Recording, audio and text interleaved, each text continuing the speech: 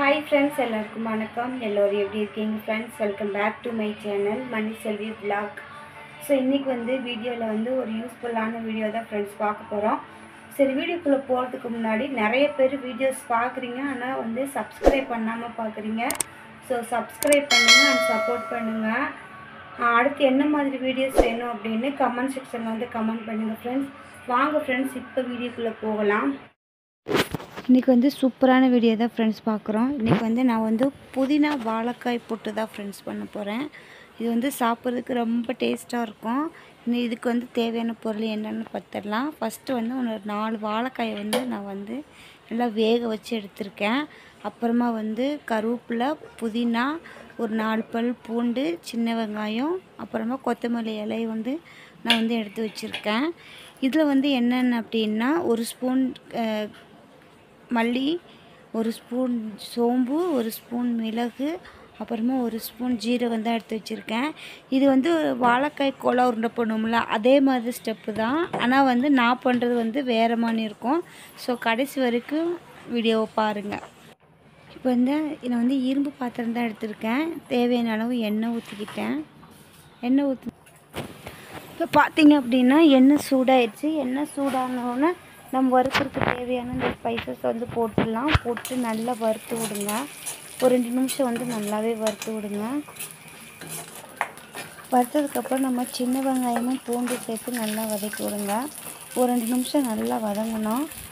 வதங்கிடுச்சு. வதங்கினதுக்கப்புறம் நம்ம கொத்தமல்லி இலைகளும் புதினாவும் சேர்த்துக்கலாம். சேர்த்துக்கிட்டு அப்படியே நல்லா வதக்கி விடுங்க. நல்லா வதங்கணும். இந்த இது கிரேவி சூப்பராக இருக்கும்.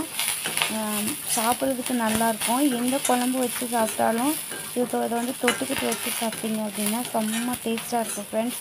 ஸோ கண்டிப்பாக நீங்களும் நான் சொன்ன மெத்தடில் ட்ரை பண்ணி பாருங்கள். இப்போ பார்த்தீங்க அப்படின்னா எல்லாமே சூப்பராகவே வதங்கிருச்சு. உங்களுக்கு இதில் இஞ்சி வேணும் அப்படின்னா கூட நீங்கள் கொஞ்சமாக இஞ்சி கூட நான் சேர்த்துக்கலாம். நான் இஞ்சி சேர்க்கலை. பார்த்தீங்க அப்படின்னா சூப்பராக வதங்கிருச்சு.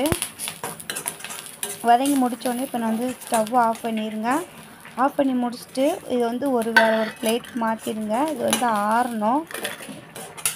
ஆறுனதுக்கப்புறம் நம்ம என்ன பண்ணலான்னு பார்க்கலாம். பார்த்திங்க அப்படின்னா சூப்பராகவே ஆறிடுச்சு. இப்போ நான் இதை அதுக்குள்ளே நான் வாழைக்காயை நல்லா குட்டி குட்டியாக மசிச்சு வச்சுருக்கிறேன்.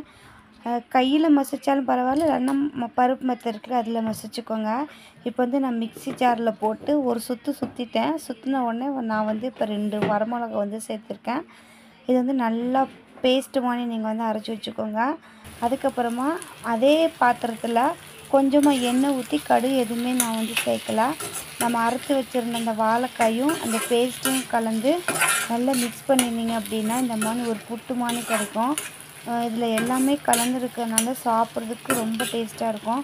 நான் லைட்டாக மேலே கொஞ்சமாக வெங்காயம் நான் சேர்த்துருக்கேன். இப்போ பார்த்திங்க அப்படின்னா சூப்பராகவே இந்த புட்டு ரெடி ஆயிடுச்சு.